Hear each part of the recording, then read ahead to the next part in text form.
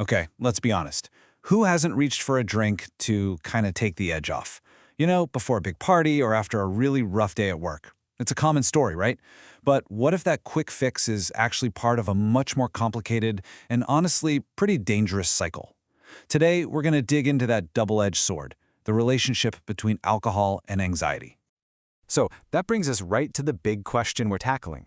When you're talking about anxiety, is alcohol a helpful quick fix, or is it a genuinely dangerous mix? As you're about to see, the answer is, well, it's not so simple. All right, first up, why do so many people turn to alcohol in the first place? Well, for a lot of us, it really feels like it works. It feels like a solid way to manage that anxious feeling. And you can't deny the appeal, especially in that first hour. A drink can make a scary social situation feel totally doable. It quiets down those racing thoughts, lowers your guard, and gives you this brief but really powerful sense of relief. But this is exactly where things start to get tricky. See, the link between alcohol and anxiety, it's not just a one-way street. It's what researchers call a bidirectional trap. And this idea of a bidirectional relationship is absolutely key here. It means the problem flows in both directions. Having anxiety can lead you to self-medicate and develop an alcohol use disorder, or AUD. But at the same time, heavy drinking can literally change your brain chemistry, creating or making an anxiety disorder even worse. They basically just feed each other in this really dangerous loop. And listen, this is not some rare thing we're talking about. The connection is incredibly strong. Research shows that up to half, 50%, of all people getting treatment for alcohol use disorder are also dealing with a diagnosed anxiety disorder. That's a massive overlap. And the science gets even more specific. A paper from 2019 really zeroed in on where this link is the tightest. It found the strongest connections between AACD and 3 conditions: generalized anxiety disorder, social anxiety, and panic disorder. So remember that initial feeling of relief we talked about? Turns out it's a very powerful illusion. Let's really look at how this supposed help ends up hurting you, big time.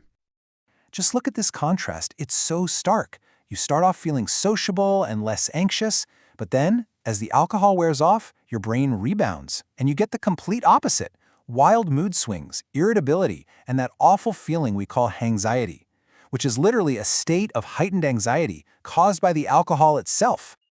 And believe it or not, it gets even worse. As your body starts processing all that alcohol, the withdrawal can feel exactly like a full-blown anxiety attack. We're talking a racing heart, feeling sick to your stomach, shaking, all the classic signs of anxiety, but this time they're caused by the very thing you used to try and fix it. And if we zoom out and look at the long game, the physical damage is just devastating. This isn't just about mental health anymore. Chronic, heavy alcohol use is a straight line to severe physical problems: damage to your liver, your brain, your heart. It's an incredibly high price to pay for a temporary fix that just makes the original problem, the anxiety, so much worse. Okay, I know that was all pretty heavy, but here is the good news, and it is really good news. This cycle can absolutely be broken. So let's shift gears and focus on the effective, proven solutions that are available. For treating anxiety, it's all about a layered approach. You often start with the basics, right? Lifestyle changes, like getting regular exercise and enough sleep. From there, you can add in things like meditation or yoga, really powerful tools like cognitive behavioral therapy, and sometimes medication prescribed by a professional. It's all about building a toolkit of healthy coping skills that actually last. And it's a similar story for alcohol use disorder. There's a clear, evidence-based path to get better. It starts with setting a clear goal, whether that's cutting back or quitting completely. That's often supported by medications that can really help with cravings, plus the super important piece of support systems, everything from a therapist to a support group, and these days there are even apps that can help you track your progress and stay on course. So how do you actually know when it's time to get that help? For you, or maybe for someone you love. Let's break down the signs to look for. Okay, so on the anxiety side of things, here's what to watch out for.